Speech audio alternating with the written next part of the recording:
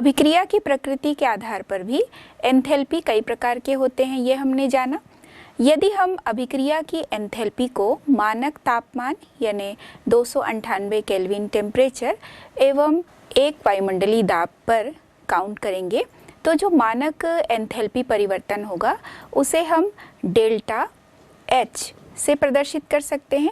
लेकिन यदि इसे हम मानक अभिक्रिया की एंथैल्पी के रूप में देखेंगे तो वह हो जाएगा डेल्टा RH। तो यहाँ पर ये अभिक्रिया एंथैल्पी है, लेकिन मानक अवस्था में यह अभिक्रिया की एंथैल्पी मानी जाती है। इसी प्रकार एक और एंथैल्पी के बारे में हम जानेंगे, अणुभंजन की एंथैल्पी, या इसे हम एंथैल्पी ऑफ एटोमाइजेशन भी कहते हैं या कड़न की एंथैल्पी भी कहा जाता है। अणुभंजन की एंथैल्पी को हम इस प्रकार परिभाषित कर सकते हैं कि जो द्विपरमाणुक यौगिक होते हैं उसमें 1 मोल अणु से गैसीय अवस्था में परमाणु प्राप्त करने के लिए जो आवश्यक ऊर्जा है वो कहलाएगी कड़न की एंथैल्पी। इसका अर्थ यह है कि जो अणु है जब वह परमाणु की स्थिति में परिवर्तित होता है तो उस दौरान जितनी ऊर्जा में परिवर्तन होगा उसे हम अणुभंजन की एंथैल्पी कहेंगे। तो इसके कुछ उदाहरण हम देखते हैं। सबसे पहले हम देखेंगे कि हाइड्रोजन का एक अणु है तो वह H2 फॉर्म में लिखा जाएगा। तो H2 जो गैसियस फॉर्म में है वह परिवर्तित होता है 2H यानी परमाणुक अवस्था में। तो यहाँ पर ये भी गैसियस स्टेट में 2 परमाणु प्राप्त हुए एक हाइड्रोजन अणु से। एंथैल्पी ऑफ एटोमाइजेशन है उसे हम डेल्टा AH से दर्शाते हैं। तो इसका मान प्राप्त होता है 435 किलोजूल पर मोल। तो चूंकि यहाँ पर एक अणु से परमाणुक अवस्था प्राप्त हुई है तो यहाँ पर बंध वियोजन हो रहा है, तो बंध वियोजन ऊर्जा है जो कि अणुभंजन एंथैल्पी के बराबर होगी। दूसरा उदाहरण हम देखते हैं मेथेन से संबंधित। यहाँ CH4 परिवर्तित होता है C+4H में। तो यहाँ भी यह परमाणुक अवस्था में परिवर्तन हुआ, यानी कार्बन का परमाणु और हाइड्रोजन के 4 परमाणु अलग हो गए। यहाँ पर जो बंध वियोजन का मान है वही अणुभंजन की एंथैल्पी कही जाएगी। अब हम देखेंगे सोडियम जो सॉलिड स्टेट है, सोडियम गैस में परिवर्तित हो रहा है। यहाँ ऊर्ध्वपातन की क्रिया हो रही है। ऊर्ध्वपातन की क्रिया में जो सॉलिड पदार्थ होते हैं वो डायरेक्टली गैसियस फॉर्म में परिवर्तित हो जाते हैं। सॉलिड सोडियम से गैसियस स्टेट में सोडियम प्राप्त हुआ। तो यहाँ पर जो अणुभंजन की एंथैल्पी प्राप्त होगी वह ऊर्ध्वपातन की एंथैल्पी के बराबर होगी, क्योंकि ऊर्ध्वपातन की क्रिया हो रही है। तो ये जो मान है वो प्राप्त होता है डेल्टा AH बराबर 108.4 किलोजूल पर मोल। तो ये अणुभंजन की एंथैल्पी है जो कि ऊर्ध्वपातन की एंथैल्पी के बराबर है। तो यहाँ हमने 3 उदाहरण देखे, हाइड्रोजन का, मेथेन अणु के लिए और सोडियम जो सॉलिड स्टेट में है इसके लिए। तो तीनों ही अवस्थाओं में हमने ये देखा कि जब अणुभंजन की एंथैल्पी है वह बंध वियोजन एंथैल्पी के कब बराबर हो गई, अणुभंजन की एंथैल्पी के बराबर ही है। और अणुभंजन की एंथैल्पी यहाँ पर जब ऊर्ध्वपातन की एंथैल्पी के इक्वल हो जाती है। तो ये तीनों उदाहरण से हमने समझा। किसी भी रासायनिक अभिक्रिया में बंध टूटते हैं और बंध बनते हैं। तो जब भी कोई बंध टूटना होता है तो ऊर्जा की आवश्यकता होती है, और जब भी कोई बंध बनता है तो ऊर्जा उत्पन्न होती है। ये हमने कई बार देखा। तो ऊष्मागतिकी पद में जो ऊर्जा परिवर्तन होता है उसे हम, या जो बंध ऊर्जा का मान है उसे हम 2 अलग अलग पदों में समझ सकते हैं। सबसे पहला होता है यहाँ पर आबंध वियोजन एंथैल्पी और दूसरा है औसत आबंध एंथैल्पी। तो जो बंध से संबंधित एंथैल्पी है उसे हम 2 अलग अलग पदों में समझ सकते हैं। तो सबसे पहले देखेंगे आबंध वियोजन एंथैल्पी। आबंध वियोजन एंथैल्पी का अर्थ होता है कि यहाँ पर जो अणु अवस्था से हम पहुँचेंगे परमाणुक अवस्था में। परिभाषित कर सकते हैं किसी भी गैसीय सहसंयोजक अणुओं के परमाणुओं के मध्य उपस्थित आबंधों के टूटकर, जब आबंध टूटते हैं तो उनके टूटने पर गैसीय उत्पाद बनने में हुए एंथैल्पी परिवर्तन को आबंध वियोजन एंथैल्पी कहते हैं। तो यहाँ हम एक उदाहरण देख लेंगे, H2 से 2H का बनना।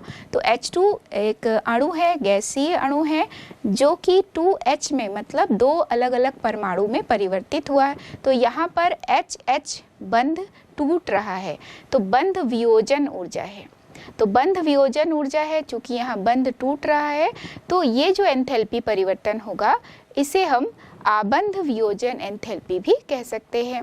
आबंध वियोजन एंथैल्पी या हम इसे अणुभंजन की एंथैल्पी के बराबर भी मान सकते हैं, क्योंकि वहाँ भी हमने यही देखा था कि किस प्रकार गैसीय अणु परमाणुक अवस्था में जब परिवर्तन होते हैं तो जितनी ऊर्जा उसके लिए आवश्यक होती है, तो अणुभंजन के एंथैल्पी के फॉर्म में भी हम इसे कैलकुलेट कर सकते हैं। तो जब भी कभी H2 से 2H बनता है तो डेल्टा H नॉट, यहाँ H लिखा है जो कि H बंध के टूटने के यानी बंध वियोजन एंथैल्पी को दर्शाता है। यह मान प्राप्त हुआ 435 किलो जूल पर मोल। तो जो आबंध वियोजन ऊर्जा है वह बराबर होता है आबंध ऊर्जा के, और इसको हम बराबर मान सकते हैं अणुभंजन की एंथैल्पी के या एंथैल्पी ऑफ एटोमाइजेशन के। ऊष्मागतिकीय अध्ययन में जो नेक्स्ट पद है वो है औसत आबंध एंथैल्पी। कई बार हम बहुपरमाणु अणु देखते हैं जैसे कि मेथेन, तो ऐसा लगता है कि कार्बन है और 4 हाइड्रोजन है, इनसे मिलकर के एक मेथेन बना। CH4 में जो सभी 4 बंध है C और H के बीच बनने वाला, यहाँ देखिए CH, CH, CH और CH, तो इस तरह से सभी एक समान दिखाई देते हैं, परंतु यहाँ पर भी कुछ न कुछ डिफरेंस होता है जब हम एंथैल्पी की बात करते हैं। तो बहुपरमाणुक अणुओं में एक ही प्रकार के जो सभी बंध है उसकी आबंध ऊर्जा अलग अलग होती है, तो इसे हम औसत आबंध ऊर्जा के रूप में भी जानते हैं। तो इसे कैलकुलेट करने के लिए जो उदाहरण हमने लिया है वह है मेथेन। तो सबसे पहले देखिए CH4 जब विभक्त हो रहा है एक ही बार में वो 4H या 1C में परिवर्तित यहाँ पर नहीं होता है। जब हम CH4 का वियोजन देखते हैं तो CH4 2 पार्ट में वियोजित हुआ, सबसे पहले मेथिल मूलक और दूसरा हाइड्रोजन मुक्त मूलक बना। तो यहाँ पर मेथिल मुक्त मूलक प्लस हाइड्रोजन मुक्त मूलक, तो इस दौरान जो डेल्टा H का मान है 427 किलो जूल पर मोल प्राप्त हुआ। अब चूंकि CH3 मुक्त मूलक है, अब वह CH3 परिवर्तित होगा CH2 मुक्त मूलक और हाइड्रोजन मुक्त मूलक में, तो इसके लिए जो डेल्टा H का मान है वो देखिए 439 किलो जूल पर मोल है। वही बंध है CH4 के जो अलग अलग CH बॉन्ड है वो ऐसे देखने में एक समान है, लेकिन सभी के लिए जो एंथैल्पी परिवर्तन का मान है वो देखिए भिन्न भिन्न प्राप्त होगा। नेक्स्ट स्टेप में जब हम जाते हैं तो वहाँ पर CH2 जो मुक्त मूलक है वह परिवर्तित होगा CH मुक्त मूलक और H मुक्त मूलक में, तो यहाँ डेल्टा H नॉट जो है वो प्राप्त होता है 452 किलो जूल पर मोल। इसके बाद CH मुक्त मूलक परिवर्तित होता है C और H में, तो C मुक्त मूलक और H मुक्त मूलक, तो यहाँ पर डेल्टा H का जो मान है वो प्राप्त हुआ 347 किलो जूल पर मोल। तो आप देखिए चारों ही स्थान पर जो डेल्टा H का मान है वह अलग अलग प्राप्त हुआ है।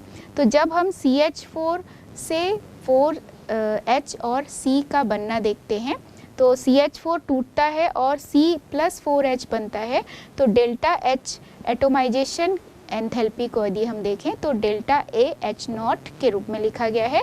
यह मान प्राप्त होता है 1665 किलो जूल पर मोल। तो ये मान जो है ये यहाँ पर कुल जो एंथैल्पी परिवर्तन है वह है, लेकिन यहाँ पर हमें ज्ञात करना है औसत आबंध एंथैल्पी।